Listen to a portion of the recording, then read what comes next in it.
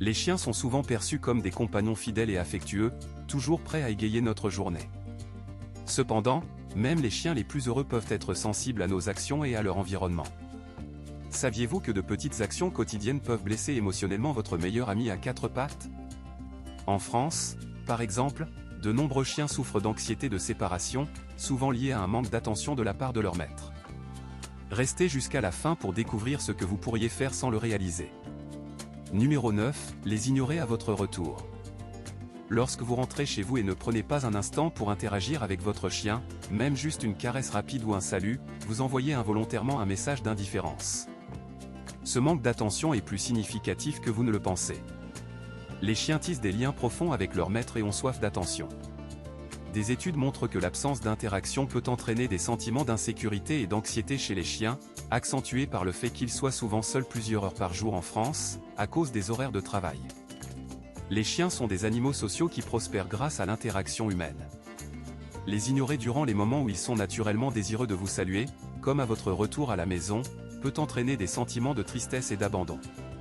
Imaginez l'impact émotionnel d'attendre avec impatience la personne que vous aimez le plus, pour être ensuite ignoré. C'est exactement ce qui peut arriver à votre chien. Prenez donc toujours un moment pour saluer votre chien, dites son nom avec enthousiasme et offrez-lui une caresse rapide ou un moment de jeu. Ces petits gestes, pourtant significatifs, lui font sentir qu'il a de la valeur dans votre vie, lui fournissant la sécurité émotionnelle dont il a profondément besoin. Numéro 8, négliger leurs besoins en exercice et en stimulation mentale. Même les chiens les plus calmes ont un besoin inné d'exercice physique et de stimulation mentale. Ce besoin est un héritage de leurs ancêtres loups, inscrit dans leur ADN. En ne reconnaissant pas ou en ne satisfaisant pas ce besoin naturel, vous risquez de déclencher involontairement des problèmes de comportement chez votre chien. Une erreur courante que font de nombreux propriétaires est de ne pas donner suffisamment d'occasion à leur chien de dépenser leur énergie et de stimuler leur esprit. Avez-vous déjà pensé à ce que vous ressentiriez après des jours et des jours sans beaucoup de mouvements ou de défis mentaux? La même chose arrive aux chiens. Les chiens qui ne reçoivent pas une stimulation adéquate peuvent développer des comportements destructeurs, tels que mâcher les meubles, aboyer excessivement ou même creuser des trous dans le jardin. Mais tout cela peut être évité. Des activités comme des promenades régulières, des jeux de rapport ou même un simple dressage d'obéissance répondent non seulement à leurs besoins physiques et mentaux, mais renforcent également le lien entre vous. Lorsque vous incluez ces moments dans votre routine quotidienne, vous améliorez non seulement la santé de votre chien, mais vous créez également un environnement plus harmonieux. Un chien fatigué physiquement et mentalement est un chien plus heureux et plus équilibré. En France, les parcs canins sont de plus en plus nombreux, offrant des espaces dédiés à l'activité et à la socialisation canine. Numéro 7, ignorer leurs préférences en matière de contact physique. Tout comme nous, les chiens ont aussi des préférences lorsqu'il s'agit d'être caressés. Certains chiens adorent les gratouilles sur le ventre, tandis que d'autres préfèrent une caresse derrière les oreilles ou une douce touche sur le dos. Cependant, il y a des zones que de nombreux chiens peuvent trouver inconfortables ou invasives lorsqu'on les touche, comme la tête ou les pattes. Ce qui est intéressant, c'est que ces préférences peuvent changer avec le temps. C'est pourquoi il est essentiel d'observer attentivement comment votre chien réagit à être touché. Un chien qui aimait être caressé sur la tête lorsqu'il était chiot peut, en grandissant, préférer les caresses dans d'autres zones. Chaque chien est unique, et la compréhension de ces nuances fait une grande différence. Commencez par caresser les zones que la plupart des chiens apprécient, comme la poitrine ou derrière les oreilles.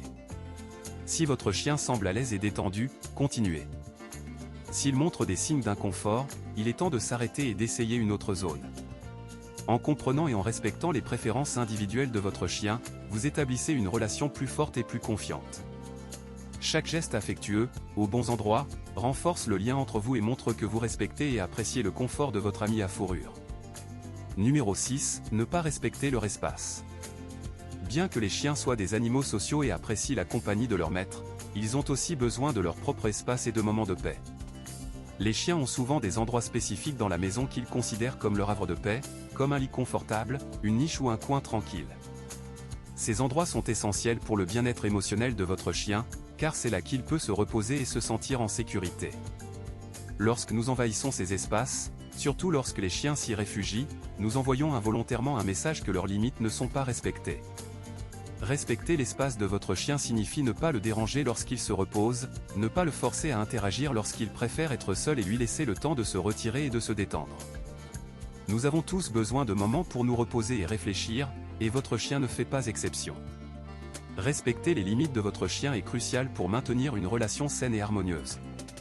Lorsque vous évitez de déranger votre chien pendant son repos ou dans ses endroits préférés, vous construisez la confiance et vous vous assurez qu'il se sente en sécurité et respecté chez lui. Numéro 5. Les réprimander ou les punir de manière inappropriée. Les chiens sont des animaux intelligents, mais ils ne comprennent pas la punition de la même manière que nous, les humains.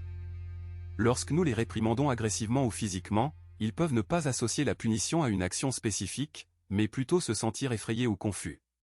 Au lieu de comprendre ce qu'ils ont fait de mal, ils peuvent développer de l'anxiété ou des comportements basés sur la peur envers vous. La clé pour corriger un comportement indésirable n'est pas la punition sévère, mais l'entraînement positif et l'offre d'alternatives. Si le chien mâche des objets inappropriés, proposez-lui des jouets à mâcher appropriés et félicitez-le lorsqu'il les utilise. S'il fait ses besoins au mauvais endroit, redirigez-le vers l'endroit correct et récompensez-le avec une friandise lorsqu'il réussit. Une punition inappropriée peut nuire à la relation entre vous et votre chien, provoquant de la peur et de la méfiance. En utilisant le renforcement positif et les techniques d'entraînement, vous établissez une communication efficace et favorisez un environnement plus positif pour votre chien. Il se sentira plus en sécurité et plus confiant, ce qui ne fera qu'apporter des bénéfices à votre lien. Numéro 4. Les bruits forts ou les cris. Les chiens ont une ouïe beaucoup plus sensible que nous, ce qui signifie que les bruits forts peuvent être beaucoup plus perturbants pour eux. Les sons qui peuvent nous sembler normaux, comme la musique forte, les cris ou même les feux d'artifice, peuvent être effrayants ou même douloureux pour votre chien. Lorsqu'ils sont exposés fréquemment à ces bruits, ils peuvent développer du stress et de l'anxiété. Les tonnerres, en particulier, peuvent être très pénibles. Souvent, les chiens ne comprennent pas la raison de votre frustration et tout ce qu'ils perçoivent, c'est que l'environnement est dangereux et menaçant. Cela peut entraîner des comportements comme des tremblements, des tentatives d'évasion ou se cacher. Lors d'événements inévitables comme les orages ou les feux d'artifice, offrez-leur un endroit sûr et confortable où ils peuvent se sentir protégés. Cela contribue au bien-être émotionnel de votre chien et renforce la confiance entre vous. Numéro 3. Ignorez leurs tentatives de communication.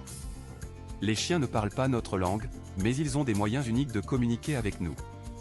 Cela inclut les vocalisations, comme les aboiements ou les gémissements, ainsi que des actions comme apporter des jouets, vous regarder fixement ou s'appuyer sur vous. Chacun de ces comportements est une forme d'interaction et de connexion. Par exemple, un chien qui apporte un jouet peut vous inviter à jouer ou chercher de l'attention. Ignorer ces signes peut les faire sentir rejetés ou négligés. De plus, des comportements comme les gémissements ou les aboiements peuvent indiquer des besoins physiques, tels que la faim, la soif ou le besoin d'aller aux toilettes. Il est important d'être attentif aux signaux que votre chien vous envoie et de répondre de manière appropriée.